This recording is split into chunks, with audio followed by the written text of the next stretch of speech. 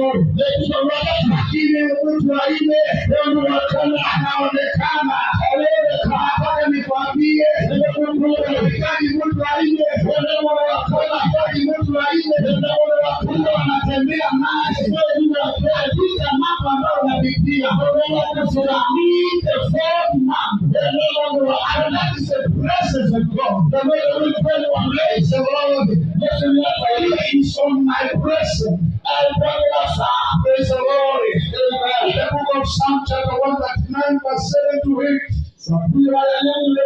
The psalmist is sing a song. Psalms 139, verse 7 to 10. Our God is on my presence.